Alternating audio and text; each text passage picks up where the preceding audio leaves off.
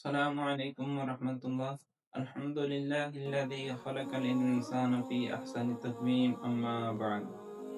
آج جو بات آپ کے ساتھ شیئر کرنا چاہتا ہوں، بہت سارے حضرات اس بات کے اندر ہی ابھی پھنسے ہوئے ہیں کہ جادو برحق ہے یا نہیں ہے، جادو انسان کے اوپر اثر انداز ہوتا ہے یا نہیں۔ وہ کہتے ہیں ہم جادو کے وجود کو اس دنیا میں مانتے ہی نہیں ہیں۔ تو میں کوئی لمبی چوڑی آج آپ کو دلیلیں نہیں دینا چاہتا ہوں، کیونکہ میرا مزاج کچھ ایسا ہی ہے۔ میں آپ کو صرف ایک دلیل دوں گا، اس کے بعد عقل والے ہیں وہ اس کو سمجھ جائیں گے، اور جنہوں نے نہیں سمجھنا ہے ان کے لیے میں 100 دلائل بھی بیان کر دوں تو ان کا کوا سفید ہی رہنے والا ہے، وہ کبھی کالا نہیں ہونے والا ہے۔ تو یہ جو بات میں آپ کے ساتھ کرنے والا ہوں، جو دلیل دینے والا ہوں، اس دلیل کا تعلق کائنات کی سب سے بڑی ہستی کے ساتھ ہے، اور اس دلیل کا تعلق کائنات کے سب سے بڑی کلام کے ساتھ ہے، اور اس دلیل کا تعلق کائنات کے فرشتے، جتنے فرشتے موجود ہیں، رب ذوالجلال کے سب سے بڑا فرشتے کے ساتھ بھی ہے، ڈیٹ اللہ ذوالجلال کے ساتھ بھی ہے۔ مجھے بتلائیے، کیا محمد الرسول اللہ سے بڑی کوئی شخصیت آئی ہے اس دنیا میں؟ نہیں آئی ہے بھائی، ہر کسی کا متفقہ جواب آئے گا۔ کیا نبی پاک صلی اللہ علیہ وسلم پر جادو ہوا یا نہیں ہوا؟ اب پھر بحث کے اندر جائیں گے لوگ۔ اگر جانا ہے کہ ہوا ہے تو نہیں ہوا، ہوا ہے یا نہیں ہوا، تو مجھے بتائیے معوذتین کا شان نزول کیوں ہوا ہے؟ اسی بات کا جواب دیجیے، شان نزول کیوں نازل ہوئی ہے معوذتین بھائی؟ یہ تو بتلا دیجیے پھر ہم۔ دوسری بات، جادو جب یہ سمجھا جاتا ہے کہ نبی ہیں، بہت بڑی شخصیت ہے، تو کیسے ہو گئی؟ تو بھائی اس بات کو ایسے سمجھیے، ہمارے نزدیک جادو صرف ایک بیماری ہے۔ جادو، پھر سمجھیے اس بات کو، جادو صرف ایک بیماری ہے۔ تو بیماری ہر انسان پہ آ سکتی ہے، عامی انسان پہ آ سکتی ہے، اصحاب پہ آ سکتی ہے، اہل بیت پہ آ سکتی ہے۔ انبیاء پہ کیا آزمائشیں نہیں آئی ہیں؟ تکلیفیں نہیں آئی ہیں؟ مصیبتیں نہیں آئی ہیں؟ بیماریاں نہیں آئی ہیں؟ کیا رسول اللہ اپنی دنیا سے جانے والے ایام میں سخت بخار نہیں ہوا؟ کیا بخار ایک بیماری نہیں؟ اگر وہ بیماری آ سکتی ہے تو یہ جادو کو بھی صرف بیماری سمجھیے، بیماری کے سوا اس کو کچھ نہ سمجھیے۔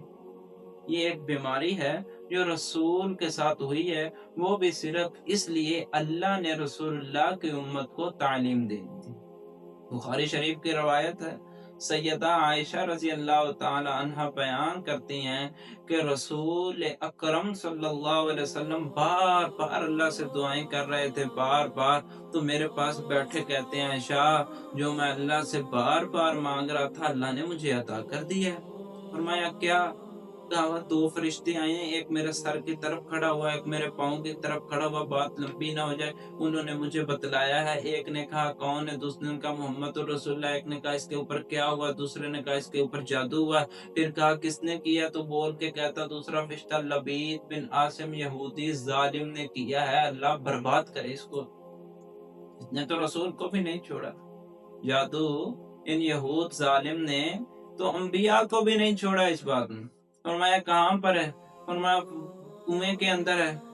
فرمایا کس طرح؟ پھر نبی پاک اپنے صحابہ کو لے کے گئے، اس نے نبی پاک کے بال، کنگھی اور ایک کھجور کے گوشے کے ذریعے کیا، اور رسول کہتے ہیں جب ہم اس کنویں کے اوپر پہنچے ہیں تو اتنے ظالم قسم کا اس نے جادو کیا ہوا تھا، اس کنویں کا پانی مہندی رنگ کا ہوا پڑا تھا، سارے کے سارے کنویں کا پانی مہندی رنگ کا ہوا پڑا ہے۔ نکالا ہے، اس کو کھولا ہے، جو ہی کھولا ہے اللہ نے نبی پاک کو شفا عطا فرمائی ہے۔ تو اب اگر کائنات کی سب سے بڑی ہستی کو یہ بیماری لگ سکتی ہے، میرے الفاظ پہ غور کیجئے، بیماری لگ سکتی ہے، تو آپ اور میں کیا ہیں؟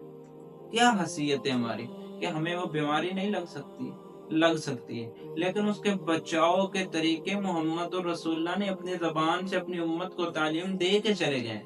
اگر ان کے اوپر ہم عمل کریں تو انشاءاللہ اللہ ہمیں محفوظ رکھ سکتے ہیں۔ لیکن یہ بات اور یہ دعویٰ کرنا کہ جادو نام کی چیز دنیا میں موجود کوئی نہیں، ہوتا کوئی نہیں، یہ ڈرامہ ہے، میں اس کو مانتا کوئی نہیں، بھائی اگر اس کا انکار کرو گے تو پھر مجھے ایسے محسوس ہوتا ہے کہ رسول کی کچھ زندگی کا انکار کرنا پڑے گا۔ اگر اس کا انکار کیا جائے تو مجھے ایسے محسوس ہوتا ہے کہ کلام اللہ کا انکار لازم آ رہا ہے۔ اگر اس کا انکار کیا جائے گا تو پھر مجھے ایسے ہوتا ہے کہ حدیث رسول اللہ کا انکار ہو رہا ہے۔ لہذا اس بات سے بچیے اور اس کو تسلیم کیجئے اور اللہ سے عافیت کی دعا کیجئے۔